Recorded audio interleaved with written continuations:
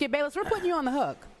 Were you impressed by KD's performance? Stephen A. Smith, last night, I was extremely impressed by Kevin Durant.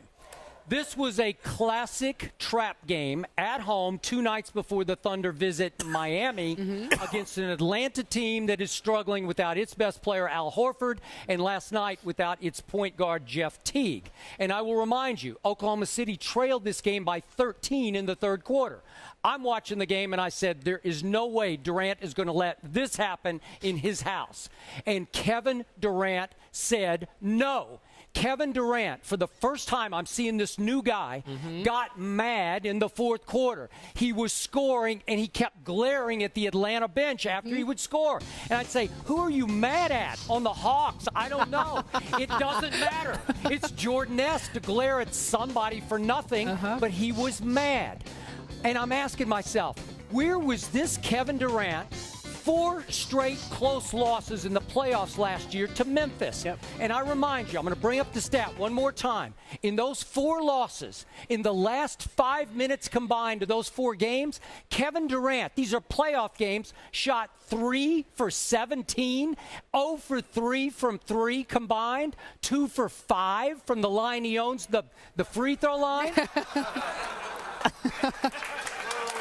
know what? As great as those feats are, you're getting booed. Thank you. Boo, boo, boo. Listen.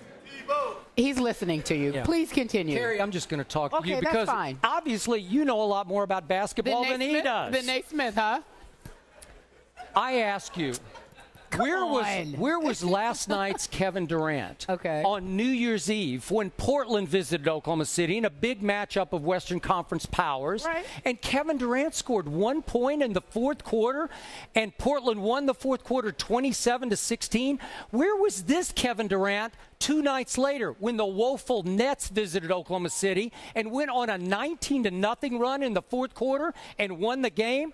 Where was this Kevin Durant on January 7th when Oklahoma City went to Utah, arguably the worst team in the Western Conference, and got blown out in the fourth quarter? I love the mad Kevin Durant, the not nice Kevin Durant. I want to see more of the not nice Kevin Durant because when he pushes that button, he is beyond LeBron James in the fourth quarter. Well, do you know what he's going to say to you now? I don't know. He didn't hear my argument. I think he heard. I've heard some of it. Yeah, I think the reason why I put on the headphones is because it's just regurgitating the same stuff.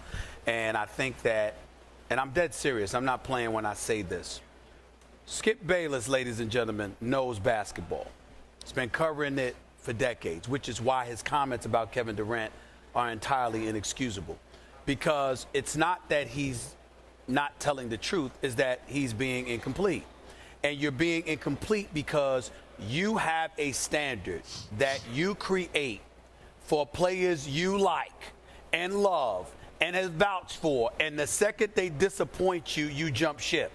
And I think that's wrong. The second they disappoint you. Are 4 games 1 second? Yes. Kevin Durant is a once-in-a-generation caliber player. The level of greatness that exists in this young man is beyond special. We have never seen this offensive repertoire, this package before our very eyes. He's 6'10", man. He's got a 7'6" wingspan. He can play point. He can dribble the ball up the floor. He's fast. He's quick. I've been trying to tell you that for 5 years. I'm not finished. I'm talking. I'm getting to a point. Give me those headphones. I'm talking to a point. No, you can't have that. The point is that when you look at what he can do and he can pull up from 30 and what have you, think about this. We decried what he did not do in an NBA Finals where he averaged 30 on better than 50% shooting. We said that was an off series because there were pivotal moments where he wasn't there.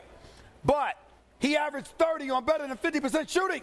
So that just shows you the level of ability he has. The issue in question has been his willingness to be assertive at the right time. What has been his impediment?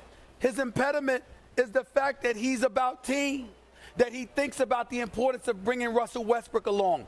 We worried, was he going to bring Reggie Jackson and Jeremy Lamb and Thabo Sefolosha and Ibaka and all of these boys along to the detriment of his game? And what he's showing you is that he's beyond that now. It took him losing to Memphis the way that he did, rather than sitting there and pointing it out and saying, where was he, where was he? How about looking at it and saying, he learned a very valuable lesson from that, and now we're seeing a guy evolve before our very eyes and add on to the greatness we already know he possesses. I'm saying to you, there are certain talents that you have to step back and say, you know what? I'm going to shut the hell up and appreciate what I'm seeing, because everybody can't do what this boy can do. Kevin Durant is a superstar, Skip. Yeah. He's on another level, man. Okay. He's on another level. For 5 years on this show, I argued Durant over LeBron to you, Yes. and you took LeBron again and again and again. I still say LeBron Okay. because LeBron plays better defense. Okay. Here's what happened for me. I talked to a lot of people around this league, many I respect, who kept telling me, you've got it all wrong in Oklahoma City. The Batman in Oklahoma City, the guy with the toughest fourth quarter intangibles, is not KD. It's the other guy. See how you are? No. You see how you are? Let me finish. These people kept telling me, people I respected, and I'd say, no.